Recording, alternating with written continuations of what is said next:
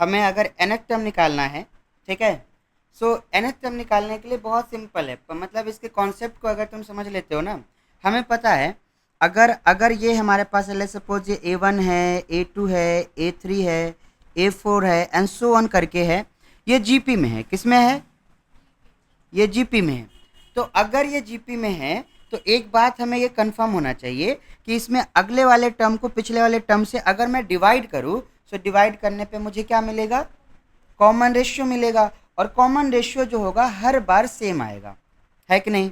बस इसी कॉन्सेप्ट का यहाँ पे इस्तेमाल कर देते हैं nth टर्म को लिखने के लिए। कैसे होता है? जैसे कि यहाँ पे अगर मैं कॉमन रेशियो निकालूँ यहाँ पे, तो यहाँ पे कॉमन रेशियो r बराबर क्या हो जाएगा? A2 अपॉन में A1 हो जाएगा। जब यहाँ पे कॉमन रेशियो निकालूंगा तो r बराबर क्या हो जाएगा? A3 upon A2। और जब यहाँ पे निकालोगे तो r बराबर क्या हो जाएगा?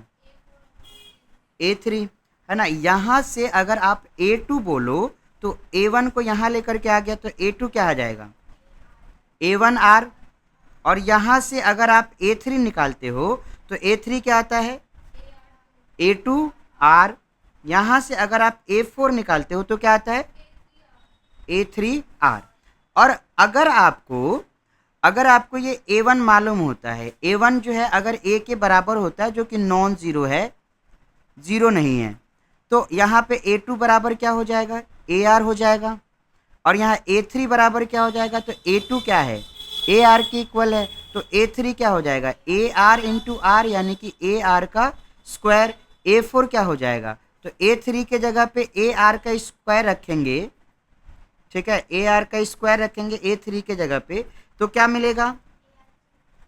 AR का क्यूब हो जाएगा। तो देखो यहाँ पे A1 हमारा A के बराबर हो रहा है, A2 हमारा AR के बराबर हो रहा है, A3 हमारा किसके बराबर हो रहा है? AR स्क्वायर के बराबर। और A4 किसके बराबर हो रहा है? AR क्यूब के बराबर।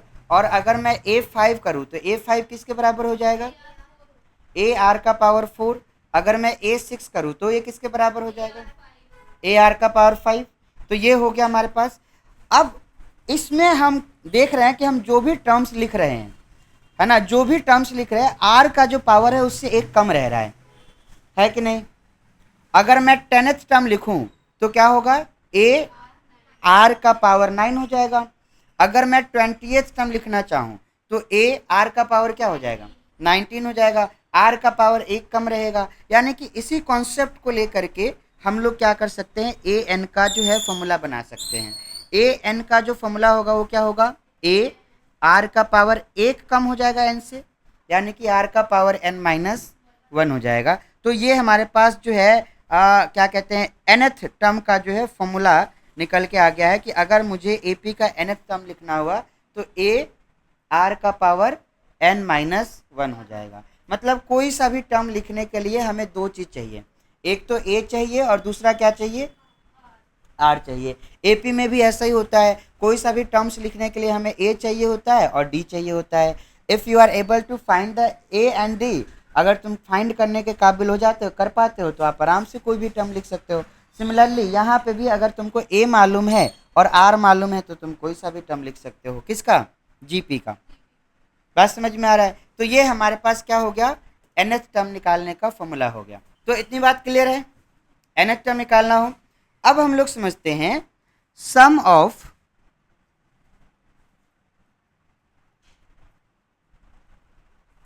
First n term of GP. GP के पहले n टर्म्स का सम, ठीक है। अगर हम जोड़ेंगे, एक जीपी दे रखा है और उस जीपी को अगर हम ऐड करेंगे तो ऐड करने पे क्या आएगा, ठीक है। जैसे कि मान लो हमारे पास जो है यहाँ पे ये 2 है, 4 है, 8 है एंड सो ऑन करके ये जीपी है ना। रेशियो निकाल के देख लो, हर बार जो है क्या आएगा? 2 आ जाएगा हर बार, ठीक है, कॉमन रेशियो। तो ये जीपी है। अब इसमें हमसे बोला गया कि पहले 10 टर्म को ऐड करके बताओ कितना होगा। पहले 10 टर्म को तो कैसे करोगे? यहाँ पे टेक्निक होता है, फॉर्मूला होता है, हमें उस फॉर्मूले को समझना है। फॉर्मूले को समझने से पहले हम ये समझेंगे कि वो फॉर्मूला कैसे आता है, ठीक है। तो इसको समझते हैं, समझने का जो है शुरुआत करते हैं। पूरा डिटेल में जो है एक एक चीज़ चर्चा करेंगे। जैसे कि हमारे पास कोई जीपी है, अब कोई भी जीपी तो इसी फॉर्मेट में होगा ना, A R square, A R cube, A R का पावर 4 एंड सो ऑन करके होगा। ठीक है, और अगर ये फाइनाइट जीपी होगा, फाइनाइट जीपी समझते हो, मतलब इसमें जो है नंबर ऑफ टर्म्स हम काउंट कर सकते हैं, तो वो फाइनाइट हो जाएगा और इनफाइनाइट कभी रुकेगा नहीं, चलता चला जाएगा, तो वो इनफाइनाइट हो गया। सो मान लेते हैं ये nth टर्म, nth टर्म इसका क्या होगा,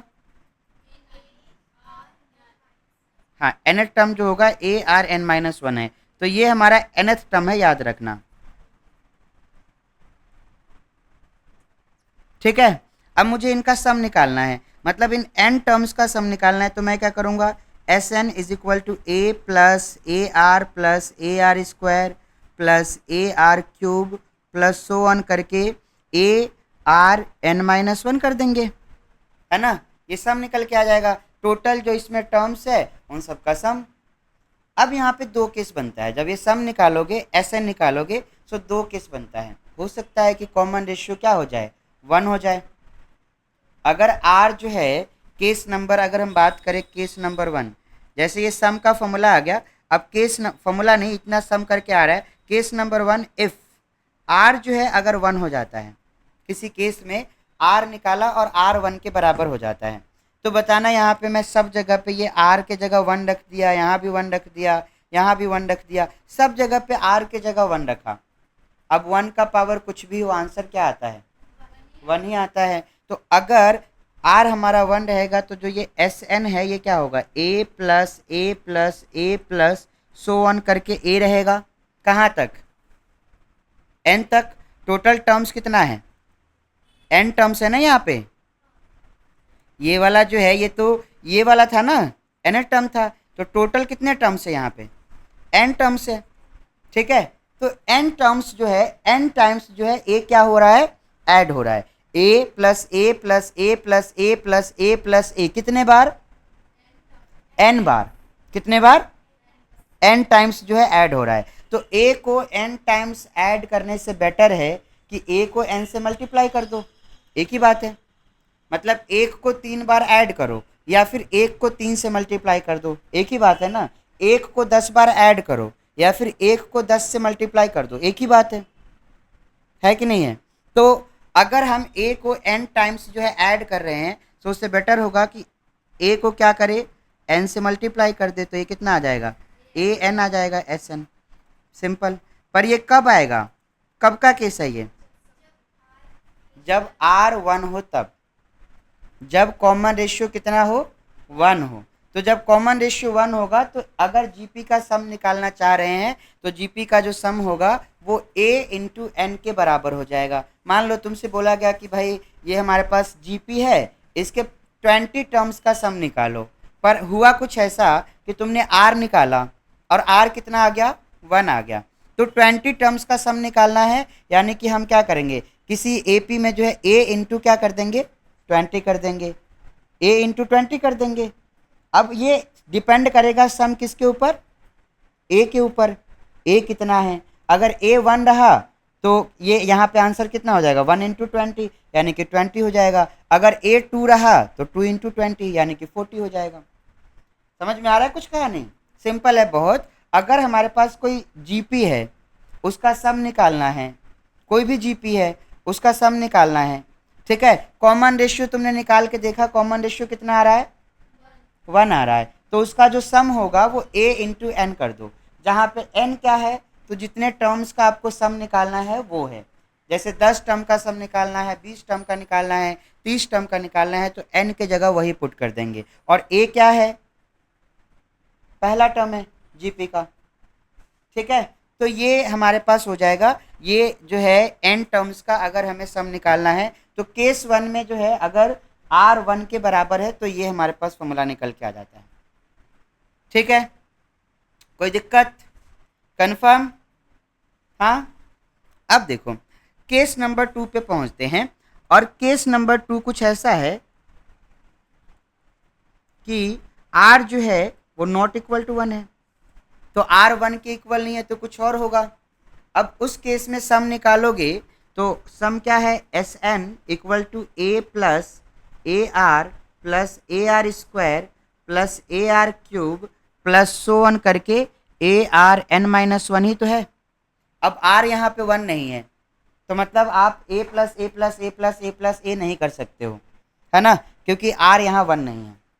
ओके, तो अब ये सम कैसे निकाले, तो सम निकालने का टेक्निक होता है, ठीक है। इसको इक्वेशन नंबर 1 मान लेंगे, ठीक है। 1 मानने के बाद में इक्वेशन नंबर 1 को मल्टीप्लाई कर देंगे आर से, ठीक है। 1 को मल्टीप्लाई कर देंगे आर से, ये पूरा जो ये है ना, ये जो इक्वेशन है इसको आर से मल्टीप्लाई कर दो। तो जब आर से मल्टीप्लाई करोगे तो ये मल्टीप्लाई हो जाएगा, आर इंटू एस एन हो गया, इक्वल टू इधर भी क्या होगा, ये सब जो है इसका हर एक टर्म क्या होगा, आर से मल्टीप्लाई हो जाएगा, क्योंकि इसको आपने आर से मल्टीप्लाई किया है, इस पूरे को आर से मल्टीप्लाई किया है आपने, मल्टीप्लाइड बाय आर, तो ये तो होगा ही आर से मल्टीप्लाई, और इधर ये सारे के सारे क्या हो जाएंगे, आर से मल्टीप्लाई हो जाएंगे। बात समझ में आ रहा है।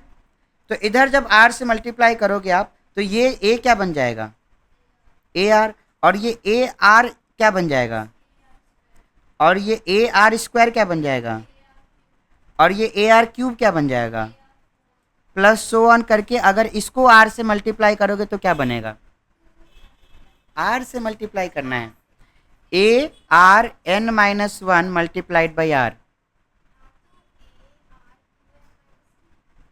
देखो ये पावर जो है यहाँ पे क्या होगा, ये बेस सेम रहेगा, तो पावर यहाँ पे ये है और यहाँ पे 1 है, दोनों ऐड हो जाएगा, सो ये ए आर का पावर एन हो जाएगा, ठीक है।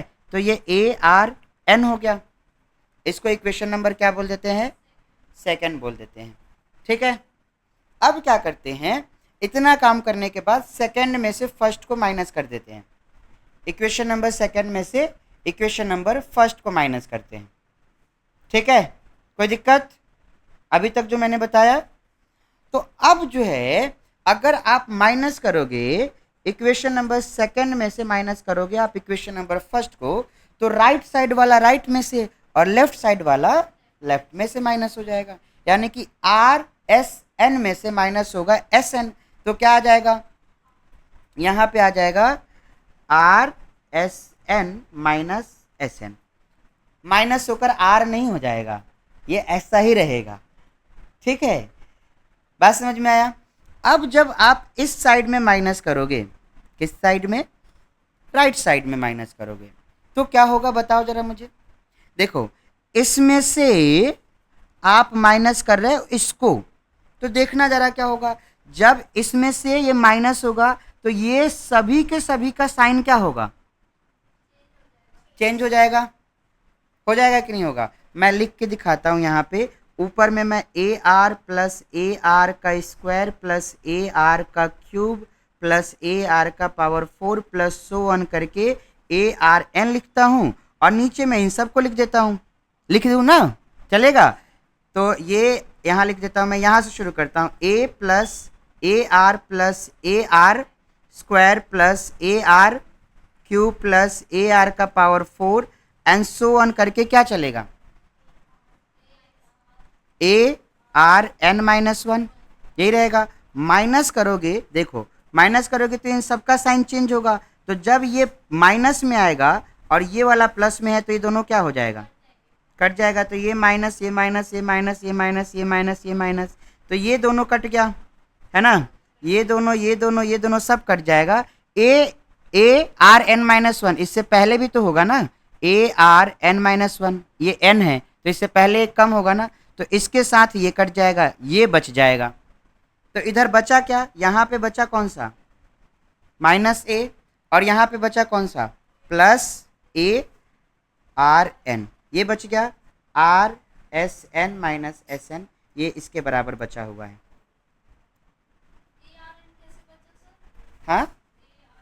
हाँ ये वाला जो है देखो, ए आर का पावर एन तो इधर कहीं नहीं है ना, कटेगा किसके साथ, फिर वो नहीं कटेगा, तो वो एज इट इज आ जाएगा, वो भी प्लस में, क्योंकि यहाँ तक माइनस था, ये तो प्लस में ही है, इसके साइन को थोड़ी चेंज करोगे आप, ठीक है। तो ये आ गया, इसी को लिखने का तरीका होगा R S N minus S N. देखना जरा, यहाँ से एस एन जो है कॉमन आ रहा है, तो एस एन कॉमन निकाला तो यहाँ पे क्या आया, R minus one equal to, यहाँ पे ऐसे लिख लो, A R N minus, sorry N रहने दो, और इधर माइनस का ए आ गया। तो अब यहाँ से जो एस एन है वो क्या आ रहा है, ए कॉमन आ गया, आर का पावर एन माइनस वन, देखो यहाँ से ए कॉमन निकाल लिया तो आर का पावर एन माइनस वन, और इसको नीचे ले आएंगे आर माइनस वन को, तो यहाँ पे नीचे में क्या आ गया, आर माइनस वन, और ये हमारे पास क्या आ गया, फॉर्मूला आ गया। ठीक है, बात समझ में आ रहा है। ये किस केस में है,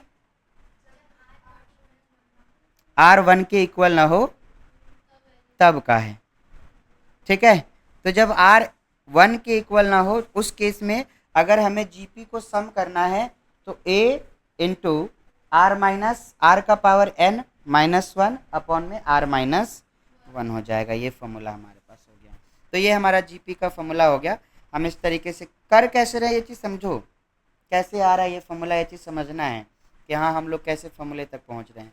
तो सम निकालने का जो है हमारे पास फॉर्मूला बढ़िया सा आ गया, ए इंटू आर का power N minus one upon में आर माइनस वन। ठीक है, इस फॉर्मूले का इस्तेमाल करके आप लोग क्या करोगे, आप लोग जीपी के फर्स्ट एन टर्म्स का सम निकालोगे।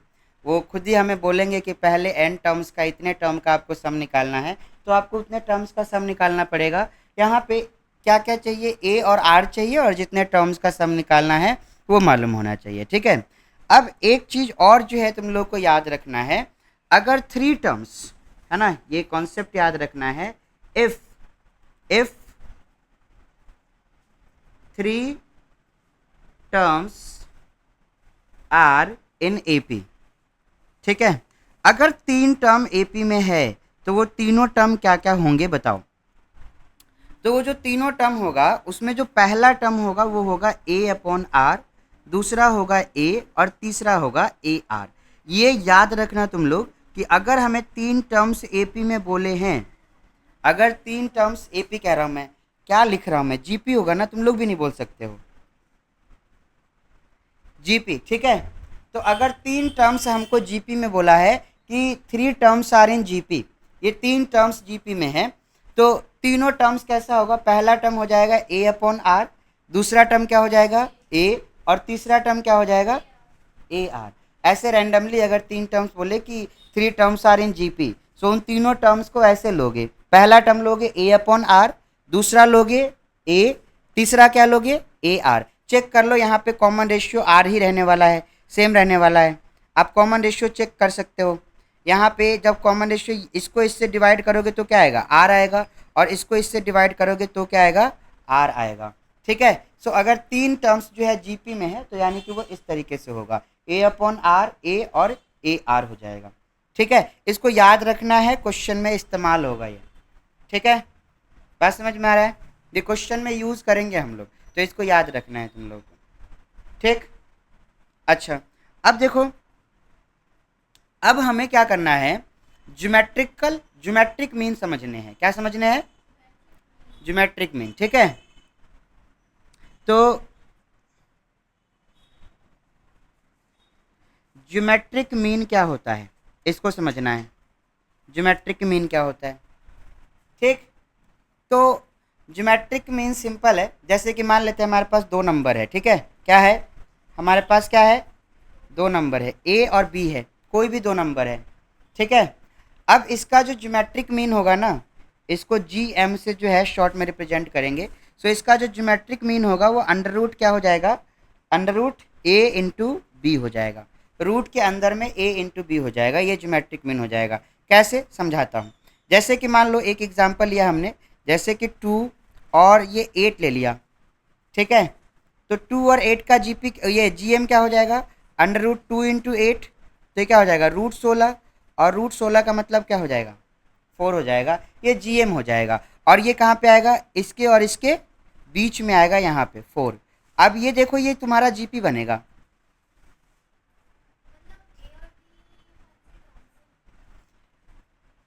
ए और बी जो है, जो हमारा जीएम है उसके अगल बगल वाला टर्म है, जैसे कि ये ए हो गया, ये बी हो गया, तो इसके बीच में क्या होगा अंडर रूट ए इंटू बी होगा। तो ये हमेशा क्या बनाएंगे, हमेशा जो है ये जीपी फॉर्म करेंगे। ठीक है, जैसे कि हमारे पास कोई भी नंबर, जैसे मैं अभी क्या कह रहा हूँ, ये हमारे पास ए है और ये हमारे पास क्या है ये हमारे पास b है, तो इसके बीच में क्या आएगा, अंडर रूट ए बी, और ये क्या होगा, ये जीपी होगा, ठीक है, ये जीपी होगा। और ये जो आएगा इसको हम क्या कहेंगे, जी एम कहेंगे, क्या कहेंगे, जी एम कहेंगे। तो किसी भी जीपी का, कोई भी जीपी है, 3 जीपी है, ठीक है, 3 जो है लगातार नंबर जीपी में है। और भी जैसे कि हम जीपी ले सकते हैं, जैसे कि मान लो कि मैं जीपी लेता हूँ, एक एग्जांपल के लिए मैंने ले लिया जीपी क्या, 1/3, ठीक है, 1/9 एंड 1/27 एंड सो ऑन करके, ठीक है। अब तुम इसको देखो, ये जो होगा ना, ये ऐसे निकलेगा, अंडर रूट 1/3 मल्टीप्लाई 1/27, चेक करके देखो, ये इसको सॉल्व करने पे आ जाएगा, ठीक है। मतलब इन दोनों को मल्टीप्लाई किया तो 1 आ गया, और इन दोनों को मल्टीप्लाई किया तो 81 आ गया रूट के अंदर, बाहर निकालोगे तो 1/9 आ गया। यानी कि ये जो है इन दोनों के रूट के अंदर में मल्टीप्लाई करके रूट के अंदर में रखोगे तो ये उसके बराबर आ जाएगा। बात समझ में आया। तो अगर कोई भी 3 नंबर जो है जीपी में है, तो 3 नंबर अगर जीपी में है तो ए जो बीच वाला जो नंबर होगा सेकेंड नंबर का, वो क्या होगा, अंडर रूट में पहला इंटू दूसरा के बराबर आएगा। बात समझ में आ रहा है। अगर मैं कहूँ कि 3 नंबर्स आर इन जीपी, है ना, मतलब A B and C are in GP, ये जीपी में है, तो इसका क्या मतलब है, इसका मतलब ये है कि जो बी होगा वो अंडर रूट ए इंटू सी के बराबर होगा, है ना, इसके और इसके रूट के अंदर में बराबर होगा, ठीक है। तो ये हमारे पास होता है, इसको हम लोग जीएम कहते हैं। क्या कहते हैं, मतलब जियोमेट्रिक मीन, क्या कहते हैं, हाँ जियोमेट्रिक मीन कहते हैं इसको, जीएम कहते हैं, ठीक है। बात समझ में आया कि नहीं आया। ये हमारे पास जियोमेट्रिक मीन है। तो ये याद रखना कि अगर हमारे पास 3 नंबर जो है जीपी में है, तो जो बीच वाला जो नंबर होगा वो किसके बराबर होगा, अंडर रूट पहला नंबर इंटू लास्ट वाला नंबर, तीसरा नंबर, ठीक है, समझ में आ रहा है। हाँ, तो ये हमारे पास जो है क्या हो गया, जीएम की जो है अंडरस्टैंडिंग हो गई। तो अभी जो है इतना समझना है तुम लोगों को, इतने पे क्वेश्चन करना है, और भी इसमें कॉन्सेप्ट आता है उसको मैं जो है अगले क्लास में डिस्कस करूंगा। अभी जितना कॉन्सेप्ट बताया है उतने ही कॉन्सेप्ट पे बेस्ड क्वेश्चन सॉल्व करने हैं, ज़्यादा नहीं करने हैं, ठीक है।